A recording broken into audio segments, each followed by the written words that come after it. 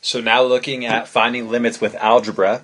So really quickly, here's our first example. If we were to plug in 5 directly, we would get 9 under here, verify that that is true. The square root of 9 is 3, so on top we would get 3 minus 3, which is 0.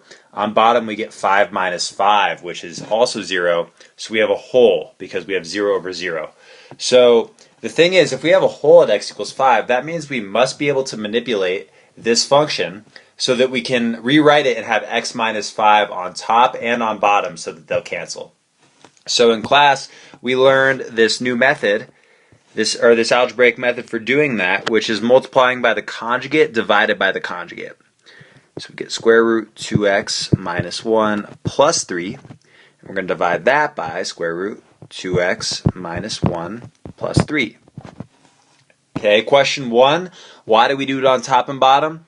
Well, we don't want to change this function, right? If we just multiply it on top, we have a whole new function. So if we look at this, this is really just like multiplying by 1. So multiplying by 1 doesn't change the function, but it will allow us to rewrite it. Okay, question 2, why are we multiplying by the conjugate? Well, we can picture this as being A and 3 as being B. Alright, so then again we have A here and we're doing plus B instead. So we have A minus B and A plus B. Algebraically, this is good because A minus B times A plus B, if we FOIL this out, wow, that's a bad A, I'm sorry, A plus B, a little bit better A. Okay, here we go. So if we FOIL this out, what we would get is A squared. And then if you really want to try, you try to do it fully, you can, but you get a positive AB and a negative AB, which just cancel each other out. So we get A squared minus B squared.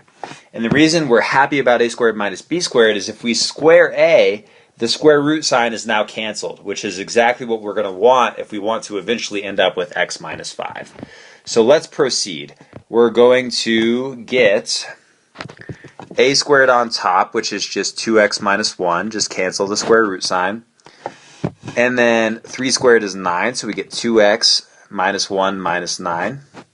And that's still over x minus 5. And then we have that conjugate hanging out. So we get square root 2x minus 1 plus 3. Okay.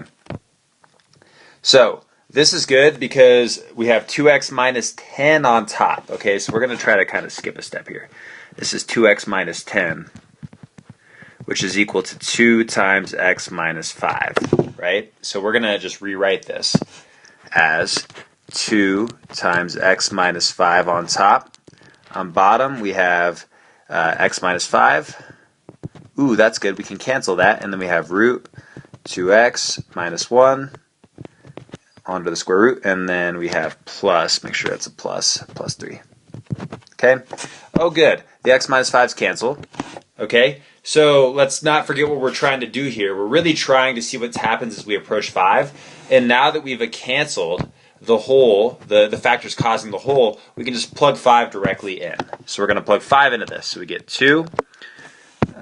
We get 2 divided by square root. Okay, what's 2 times 5? It's 10. And then what's 10 minus 1? It's 9. So we get square root 9 plus 3. So then our final answer is just 2 over 3 plus 3, which is 2/6, which we can simplify to 1/3. Okay, so that's our final answer. Review this video as much as you want. This is a little bit harder than most of the problems on the problem set, but I think it covers the algebra pretty well. And then use your other resources as well. And then if you still need help, please reach out to me, and we will work through more problems like this.